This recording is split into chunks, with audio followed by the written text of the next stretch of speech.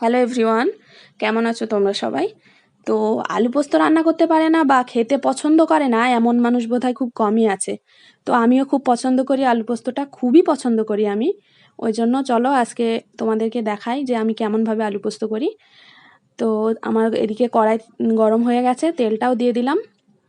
তেলটা গরম হয়ে এলে ফোড়ন দেব। তো আমি এখানে ফোড়নে দিচ্ছি শুকনো লঙ্কা, দুটো শুকনো লঙ্কা দিয়েছি, একটা ছিঁড়ে দিয়েছি আর মানে একটা গোটা দিয়েছি, দুটো শুকনো লঙ্কা দিয়েছি।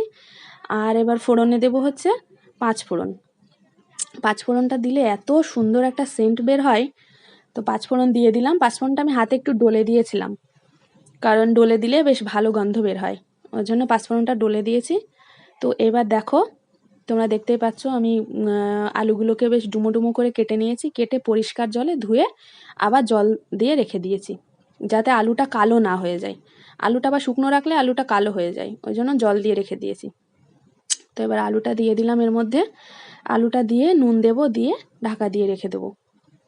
তো আলুটা আমার দেওয়া হয়ে গেছে, এবার একটু নুন দিয়ে নাড়াচাড়া দেব, ভাজা ভাজা করে নেব আলুটা, যাতে বেশিরভাগটাই সিদ্ধ হয়ে যায়। নুন দিয়ে দিলাম, দিয়ে এবার ঢাকা দিয়ে রেখে দেবো। আজকে আমি নিরামিষ রান্না করেছি, নিরামিষ বলতে আলু পোস্ত করেছি আর ডাল করেছি। আলু পোস্তর সঙ্গে ডালটা যা যায় না, খুব ভালো লাগে খেতে।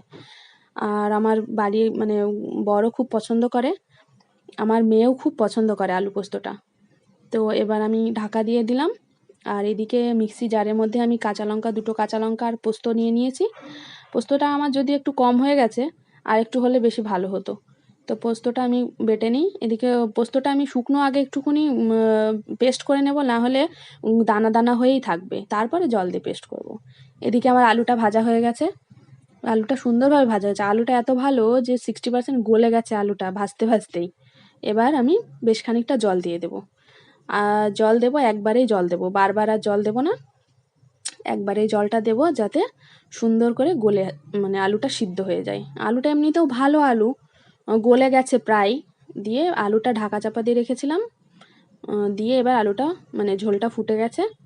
এবার দেখবো আমি কেমন হয়েছে, মানে কতটা গলেছে বা কেমন হয়েছে। তো দেখো তোমরা, মানে কালারটা কেমন এসছে, একটু হলুদ হলুদ। আমি কিন্তু হলুদ দিইনি, জানো তো যে আলু পোস্ততে হলুদ চলে না, মানে হলুদ দেয় না। তো আমি যে পেস্টটা করে রেখেছিলাম কাঁচা লঙ্কার পোস্ত, সে পেস্টটা আমি এখন দিয়ে দিলাম। আলুটা গলে গেছে, ঝোলটাও অনেকটা ফুটে এসেছে, গাঢ় গাঢ় হয়ে গেছে, ওই জন্য মানে পেস্টটা দিয়ে দিলাম এখন। দিয়ে একটু নাড়াচাড়া দিয়ে ফুটিয়ে নেব খানিকটা। আর পোস্ত বাটাটা দিলে না, মানে ঝোলটা মানে খুব গাঢ় হয়ে যায়, সাথে সাথেই ঝোলটা টেনে নেয়, গাঢ় গাঢ় হয়ে যায়। আর আলুতে জানোই তো যে একটু ঝোল ঝোল না রাখলে আবার হয় না, আলুতে ঝোল টেনে নেয়, অনেকটাই টেনে নেয়। তো আমি দেখলাম যে গলে গেছে কিনা, তো সুন্দরভাবে সিদ্ধ হয়ে গেছে, ভালো করে সিদ্ধ হয়ে গেছে আলুটা। এবার এই পোস্তর মধ্যে আমি মানে শুনেছি, মানে অনেক সবাই বলে পোস্ততে কাঁচা সর্ষের তেল খুব চলে, তোমরা ভালোই জানো।